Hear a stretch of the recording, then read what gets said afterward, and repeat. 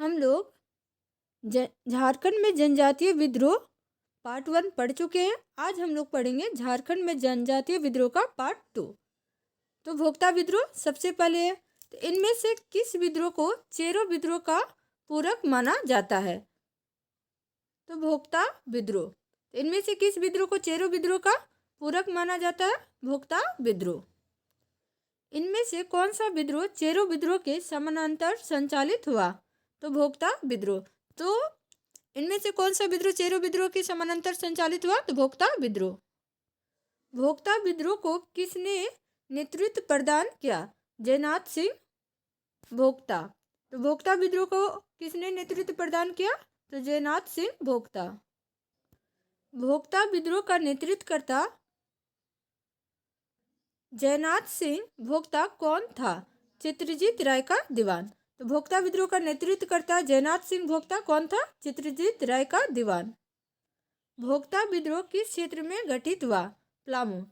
भोक्ता विद्रोह किस क्षेत्र में घटित हुआ था? तो पलामू में। भोक्ता विद्रोह का प्रमुख कारण क्या था? अंग्रेजों द्वारा जयनाथ सिंह भोक्ता को पलामू किला छोड़ने संबंधी आदेश देना।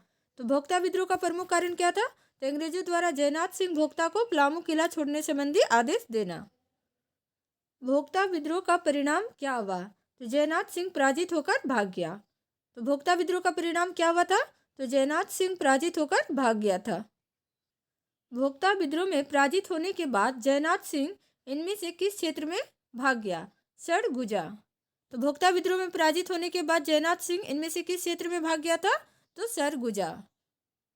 भोक्ता विद्रोह में जयनाथ सिंह भोक्ता के पराजय के बाद इनमें से किसे राजा बनाया गया? गोपाल राय को। तो भोक्ता विद्रोह में जयनाथ सिंह भोक्ता के पराजय के बाद इनमें से किसे राजा बनाया गया था? तो गोपाल राय को। अब हम लोग पढ़ेंगे घटवाल विद्रोह। तो घटवाल विद्रोह निम्न में से किस स्थान पर किया गया? रामगढ़। घटवाल विद्रोह निम्न में से किस स्थान पर किया गया? तो रामगढ़। घटवाल विद्रोह कब किया गया? तो 1772-73 में। तो घटवाल विद्रोह कब हुआ था? 1772-73 में हुआ था। घटवाल विद्रोह का प्रमुख कारण क्या था? तो अंग्रेजों द्वारा घटवालों के राजा मुकुंद सिंह के साथ दुर्व्यवहार करना। तो घटवाल विद्रोह का प्रमुख कारण क्या था? तो अंग्रेजों द्वारा घटवालों के राजा मुकुंद सिंह के साथ दुर्व्यवहार। घटवाल विद्रोह के समय रामगढ़ का राजा कौन था? तो मुकुंद सिंह। तो घटवाल विद्रोह के समय रामगढ़ का राजा कौन था? तो मुकुंद सिंह। घटवाल विद्रोह शुरू हुआ था 25 अक्टूबर 1772 में। तो घटवाल विद्रोह कब शुरू हुआ था? तो 25 अक्टूबर 1772 में। घटवाल विद्रोह से पूर्व किस अंग्रेज अधिकारी ने सेना के साथ रामगढ़ के राजा पर धावा बोल दिया? के केमक। तो घटवाल विद्रोह से पूर्व किस अंग्रेज अधिकारी ने सेना के साथ रामगढ़ के राजा पर धावा बोल दिया? तो के केमक अंग्रेज अधिकारी ने। घटवाल विद्रोह से पूर्व इनमें से किसने रामगढ़ राज्य पर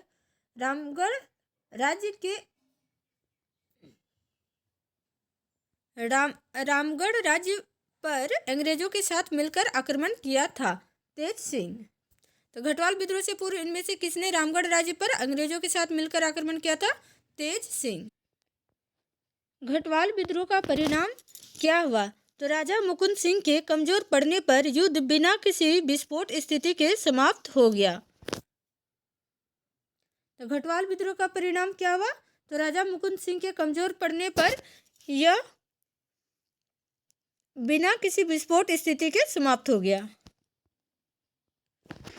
घटवाल विद्रोह में राजा मुकुंद सिंह का साथ इनमें से किस राज्य के राजा ने दिया? छह और चंपा दोनों दिया था। तो उपरोक्त दोनों। तो घटवाल विद्रोह में राजा मुकुंद सिंह का साथ इनमें से किस राज्य के राजा ने दिया था? छह चंपा। तो उपरोक्त दोनों दिया था। घटवाल विद्रोह में राजा मुकुंद सिंह की हार के बाद अंग्रेजों ने किसे रामगढ़ का शासक बना दिया? ठाकुर तेज सिंह। तो घटवाल विद्रोह में राजा मुकुंद सिंह की हार के बाद अंग्रेजों ने किसे रामगढ़ का शासक बना दिया? तो ठाकुर तेज सिंह। ठाकुर तेज सिंह की मृत्यु के बाद रामगढ़ का राजा कौन बना? पारसनाथ सिंह। ठाकुर तेज सिंह की मृत्यु के बाद रामगढ़ का राजा कौन बना? पारसनाथ सिंह। निम्न में से किसके प्रयास से रामगढ़ के राजा रघुनाथ सिंह को गिरफ्तार किया गया? एकरमैन एवं डेनियल। तो निम्न में से किसके प्रयास से रामगढ़ के राजा रघुनाथ सिंह को गिरफ्तार किया गया? तो एकरमैन एवं डेनियल के प्रयास से। रामगढ़ के राजा रघुनाथ सिंह को गिरफ्तार कर कहाँ भेज दिया गया? चटगांव। तो रामगढ़ के राजा रघुनाथ सिंह को गिरफ्तार कर कहाँ भेज दिया गया? तो चटगांव। घटवाल विद्रोह के पश्चात रामगढ़ के अशांत माहौल को शांत करने हेतु किसे रामगढ़ की सुरक्षा की जिम्मेदारी सौंपी गई? तो कैप्टन क्रॉफ्ट। घटवाल विद्रोह के पश्चात रामगढ़ के अशांत माहौल को शांत करने हेतु किसे रामगढ़ की सुरक्षा की जिम्मेदारी सौंपी गई?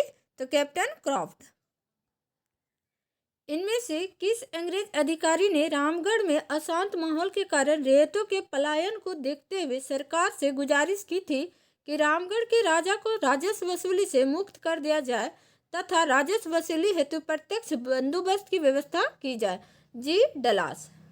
तो इनमें से किस अंग्रेज अधिकारी ने रामगढ़ में अशांत माहौल के कारण रैयतों के पलायन को देखते हुए सरकार से गुजारिश की थी कि रामगढ़ के राजा को राजस्व वसूली से मुक्त कर दिया जाए तथा राजस्व वसूली हेतु प्रत्यक्ष बंदोबस्त की व्यवस्था की जाए? तो जी डलास। अब हम लोग पढ़ेंगे पहाड़िया विद्रोह। तो पहाड़िया विद्रोह कब से कब तक घटित हुई? 1772 से लेकर 1782 तक। तो पहाड़िया विद्रोह कब से कब घटित हुई? तो 1772 से लेकर 1782 तक। पहाड़िया विद्रोह कितने चरण में घटित हुआ? 4 चरण में। तो पहाड़िया विद्रोह कितने चरण में घटित हुआ? तो 4 चरण में। पहाड़िया विद्रोह के बारे में निम्न में से कौन सा कथन असत्य है? तो पहाड़िया विद्रोह 4 चरणों में घटित हुआ, ये कथन तो सत्य है। पहाड़िया विद्रोह लगभग 10 वर्षों तक संचालित रहा, ये भी कथन सत्य है। तो उपरोक्त दोनों कथन सत्य है। तो यहाँ पे क्या हो जाएगा? Correct option D. तो पहाड़िया विद्रोह के बारे में ये दोनों कथन सत्य है। पहाड़िया विद्रोह 4 चरणों में घटित हुआ था, ये कथन तो सत्य है। और साथ ही साथ पहाड़िया विद्रोह लगभग कितने वर्षों तक चला था? तो 10 वर्षों तक। तो यहाँ कोई भी कथन असत्य नहीं है। पहाड़िया विद्रोह का प्रथम चरण कब हुआ था? तो 1772 ईस्वी में। पहाड़िया विद्रोह का प्रथम चरण कब हुआ था? 1772 ईस्वी में। प्रथम चरण के पहाड़िया विद्रोह का प्रमुख कारण क्या था? तो मनसबदारों द्वारा पहाड़िया जनजाति के प्रधान की हत्या किया जाना। तो प्रथम चरण की क्या थी इसका प्रमुख कारण? तो मनसबदारों द्वारा पहाड़िया जनजाति के प्रधान की हत्या किया जाना। पहाड़िया विद्रोह के प्रथम चरण का नेतृत्व किसने किया? रमना आहड़ी। तो पहाड़िया विद्रोह के प्रथम चरण का नेतृत्व किसने किया था? तो रमना आहड़ी ने किया था। पहाड़िया विद्रोह का द्वितीय चरण कब प्रारंभ हुआ था? 1778 ईस्वी में। 1778। पहाड़िया विद्रोह के दूसरे चरण का नेता कौन था? जगन्नाथ देव। तो पहाड़िया विद्रोह के दूसरे चरण का नेता कौन था? जगन्नाथ देव। किस अंग्रेज अधिकारी द्वारा पहाड़िया जनजाति के लोगों को विश्वास में लेने हेतु नकदी भत्ता देने की घोषणा की गई? तो क्लीवलैंड। तो किस अंग्रेज अधिकारी द्वारा पहाड़िया जनजाति के लोगों को विश्वास में लेने हेतु नकदी भत्ता देने की घोषणा की गई? क्लीवलैंड अंग्रेज अधिकारी द्वारा। पहाड़िया विद्रोह का तीसरा चरण कब प्रारंभ हुआ? तो 1779। तो पहाड़िया विद्रोह का तीसरा चरण कब प्रारंभ हुआ था? तो 1779। 1779। पहाड़िया विद्रोह के चौथे चरण का काल क्या था? तो 1781-82 इसका चौथा चरण का काल था। तो पहाड़िया विद्रोह के चौथे चरण का काल क्या था? तो 1781 से लेकर 82 तक चौथा चरण रहा था। पहाड़िया विद्रोह का चौथा चरण निम्न में से किसके नेतृत्व में संचालित हुआ? तो रानी सर्वेश्वरी। तो पहाड़िया विद्रोह का चौथा चरण निम्न में से किसके नेतृत्व में संचालित हुआ था? तो रानी सर्वेश्वरी। पहाड़िया विद्रोह के चौथे चरण का मूल कारण क्या था? तो अंग्रेजों द्वारा दामिन ए को की घोषणा किया जाना तथा इस क्षेत्र को सरकारी संपत्ति घोषित करना। तो पहाड़िया विद्रोह के चौथे चरण का मूल कारण क्या था? तो अंग्रेजों द्वारा दामिन ए को की घोषणा किया जाना तथा इस क्षेत्र को सरकारी संपत्ति घोषित करना। रानी महेश्वरी कहाँ की रानी थी? महेशपुर। रानी महेश्वरी कहाँ की रानी थी? तो महेशपुर। निम्न में से किस विद्रोह को दबाने हेतु अंग्रेजों ने 1824 ईस्वी में दामिन ए कोह का निर्माण किया गया था। पहाड़िया विद्रोह, इनमें से किस विद्रोह को दबाने हेतु अंग्रेजों ने 1824 ईस्वी में दामिन ए कोह का निर्माण किया गया था? तो पहाड़िया विद्रोह। किस वर्ष दामिन ए कोह की घोषणा की गई थी? 1824 ईस्वी में। तो किस वर्ष दामिन ए कोह की घोषणा की गई थी? तो 1824 ईस्वी में। दामिन ए कोह क्षेत्र में 1810 ईस्वी के बीच अंग्रेजों ने किस जनजाति के लोगों को आश्रय दिया? संथाल। तो दामिन ए कोह क्षेत्र में 1790 से लेकर 1810 ईस्वी के बीच में अंग्रेजों ने किस जनजाति के लोगों को आश्रय दिया था? तो संथाल जनजाति के लोगों को। अब हम लोग पढ़ेंगे तमाड़ विद्रोह। इनमें से किस जनजाति समूह द्वारा तमाड़ विद्रोह की शुरुआत की गई थी? मुंडा। तो इनमें से किस जनजाति समूह द्वारा तमाड़ विद्रोह की शुरुआत की गई थी? तो मुंडा। तमाड़ विद्रोह का प्रमुख कारण क्या था? अंग्रेजों द्वारा बाहरी लोगों को प्राथमिकता दिया जाना। तमाड़ विद्रोह का प्रमुख कारण क्या था? अंग्रेजों द्वारा बाहरी लोगों को प्राथमिकता दिया जाना। तमाड़ विद्रोह के संदर्भ में निम्न में से कौन सा कथन सत्य है? तो यह विद्रोह अंग्रेजों के खिलाफ लड़ा गया सबसे लंबा आदिवासी विद्रोह है। तो यह कथन सत्य है। यह विद्रोह अंग्रेजों के खिलाफ लड़ा गया सबसे खूनी आदिवासी विद्रोह है। यह भी कथन सत्य है। तो उपरोक्त दोनों कथन यहाँ क्या हो जाएगा? सत्य है। तमाड़ विद्रोह कितने चरण में संचालित हुआ? तो 6 चरण में। तो तमाड़ विद्रोह कितने चरण में संचालित हुआ? तो 6 चरण में। तमाड़ विद्रोह का प्रथम चरण कब संचालित हुआ? तो 1782-83 में। तमाड़ विद्रोह का प्रथम चरण कब संचालित हुआ? 1782-83 में। 1782 ईस्वी के तमाड़ विद्रोह को किसने नेतृत्व प्रदान किया? ठाकुर भोलानाथ सिंह। तो 1782 ईस्वी में तमाड़ विद्रोह को किसने नेतृत्व प्रदान किया? तो ठाकुर भोलानाथ सिंह। 1782 ईस्वी के तमाड़ विद्रोह का दमन किस अंग्रेज अधिकारी द्वारा किया गया? तो मे जेम्स क्रॉफोर्ड के द्वारा। तो 1782 ईस्वी के तमाड़ विद्रोह का दमन किस अंग्रेज अधिकारी द्वारा किया गया? तो मे जेम्स क्रॉफोर्ड। 1782 ईस्वी के तमाड़ विद्रोह के समय नाग वंश का शासक कौन था? दर्पनाथ शाह। तो 1782 ईस्वी के तमाड़ विद्रोह के समय नागवंश का शासक कौन था? तो दर्पनाथ शाह। तमाड़ विद्रोह का दूसरा चरण कब संचालित हुआ? 1789 ईस्वी में, 1789 में। तमाड़ विद्रोह का दूसरा चरण कब संचालित हुआ था? तो 1789। 1789 ईस्वी के तमाड़ विद्रोह का नेता कौन था? विष्णु मानकी एवं मौजी मानकी। तो 1789 ईस्वी के तमाड़ विद्रोह का नेता कौन था? तो विष्णु मानकी एवं मौजी मानकी। 1789 ईस्वी के तमाड़ विद्रोह को दबाने हेतु किस अंग्रेज को भेजा गया जो इसे दबाने में असफल रहा? Captain Hogan. तो 1789 ईस्वी के तमाड़ विद्रोह को दबाने हेतु किस अंग्रेज को भेजा गया जो इसे दबाने में असफल रहा? Captain Hogan. 1789 ईस्वी में तमाड़ विद्रोह का दमन करने में किस अंग्रेज अधिकारी को सफलता मिली? ले कपूर। तो 1789 ईस्वी में तमाड़ विद्रोह का दमन करने में किस अंग्रेज अधिकारी को सफल मिले? तो ले कपूर।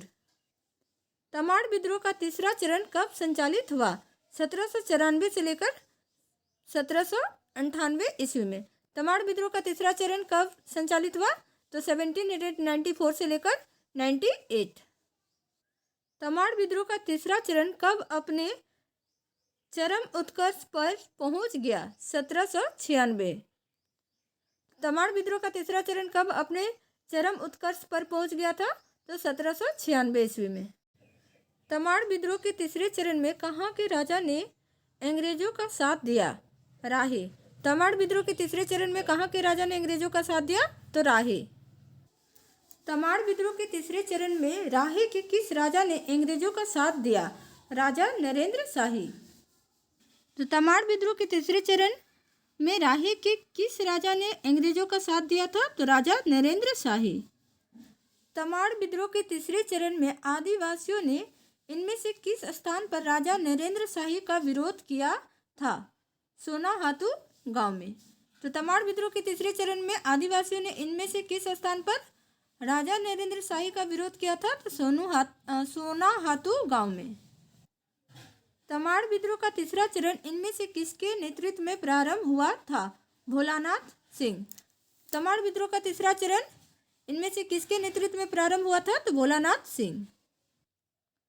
तमाड़ विद्रोह के तीसरे चरण को किस अंग्रेज अधिकारी ने दबाया? तो के लिमंड एवं के बैन। तमाड़ विद्रोह के तीसरे चरण को किस अंग्रेज अधिकारी ने दबाया था? तो के लिमंड एंड के बैन। तमाड़ विद्रोह के तीसरे चरण के इनमें से किस अंग्रेज अधिकारी ने भोलानाथ सिंह को गिरफ्तार किया जिसके बाद विद्रोह कमजोर पड़ गया? के बैन। तो तमाड़ विद्रोह के तीसरे चरण के दौरान इनमें से किस अंग्रेज अधिकारी ने भोलानाथ सिंह को गिरफ्तार किया जिसके बाद विद्रोह कमजोर पड़ गया? के बैन। तमाड़ विद्रोह का चौथा चरण कब संचालित हुआ? तो 1808 ईस्वी में। तमाड़ विद्रोह का चौथा चरण कब संचालित हुआ था? तो 1807 ईस्वी से लेकर 1808 में। 1807 ईस्वी तमाड़ विद्रोह का नेता कौन था? दुखन साई मुंडा।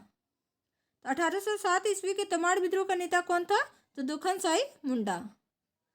1807 ईस्वी के तमाड़ विद्रोह का दमन किस अंग्रेज अधिकारी ने किया? के रफसीज। तो 1807 ईस्वी के तमाड़ विद्रोह का दमन किस अंग्रेज अधिकारी ने किया? तो के रफसीज। तमाड़ विद्रोह का पांचवा चरण कब संचालित हुआ? 1810 से लेकर 1812 ईस्वी में। तमाड़ विद्रोह का पांचवा चरण कब संचालित हुआ था? तो 1810 से लेकर 1812 ईस्वी में। 1810 ईस्वी के तमाड़ विद्रोह का नेतृत्व किसने किया था? बख्तर शाह। तो 1810 ईस्वी के तमाड़ विद्रोह का नेतृत्व किसने किया था? तो बख्तर शाह। 1810 ईस्वी के तमाड़ विद्रोह का दमन किस अंग्रेज अधिकारी ने किया था? ले ओडोनेल। तो 1810 ईस्वी के तमाड़ विद्रोह का दमन किस अंग्रेज अधिकारी ने किया था? तो ले ओडोनेल। 1812 ईस्वी में तमाड़ विद्रोह का नेता बख्तर शाह अंग्रेज के हमले से बचकर किस स्थान पर भाग गया? सरगुजा। तो 1812 ईस्वी में तमाड़ विद्रोह का नेता बख्तर शाह अंग्रेजों के हमले से बचकर किस स्थान पर भाग गया? सरगुजा। तमाड़ विद्रोह का अंतिम व छठा चरण कब संचालित हुआ? तो 1819-21 में। तमाड़ विद्रोह का अंतिम व छठा चरण कब संचालित हुआ? तो 1819 से लेकर 1821 ईस्वी तक में संचालित हुआ था। निम्न में से कौन 1819-21 के तमाड़ विद्रोह का प्रमुख नेता था? रुदन मुंडा एवं कुंटा मुंडा। तो निम्न में से कौन 1819-21 के तमाड़ विद्रोह का प्रमुख नेता था? तो रुदन मुंडा एवं कुंटा मुंडा। तमाड़ विद्रोह के अंतिम चरण में तमाड़ के किस राजा ने अंग्रेजों से सहायता मांगी थी? राजा गोविंद शाही। तमाड़ विद्रोह के अंतिम चरण में तमाड़ के किस राजा ने अंग्रेजों से सहायता मांगी थी? तो राजा गोविंद शाही। तमाड़ विद्रोह के अंतिम चरण का दमन किस अंग्रेज अधिकारी द्वारा किया गया? रफसेज एवं कोलबीन। तो तमाड़ विद्रोह के अंतिम चरण का दमन किस अंग्रेज अधिकारी द्वारा किया गया था? तो रफसेज एवं कोलबीन। तमाड़ विद्रोह के प्रमुख नेता रुदन मुंडा को अंग्रेजों द्वारा कब गिरफ्तार किया गया? 1820 ईस्वी में। तमाड़ विद्रोह के प्रमुख नेता रुदन मुंडा को अंग्रेजों द्वारा कब गिरफ्तार कर लिया गया था? तो 1820 ईस्वी में। तमाड़ विद्रोह के प्रमुख नेता कुंटा मुंडा को अंग्रेजों द्वारा कब गिरफ्तार किया गया? 1821 ईस्वी में। तमाड़ विद्रोह के प्रमुख नेता कुंटा मुंडा को अंग्रेजों द्वारा कब गिरफ्तार किया गया? तो 1821 ईस्वी में। हम लोग नेक्स्ट पार्ट में तिलका आंदोलन, मुंडा विद्रोह, हो विद्रोह, कोल विद्रोह इत्यादि के बारे में पढ़ेंगे।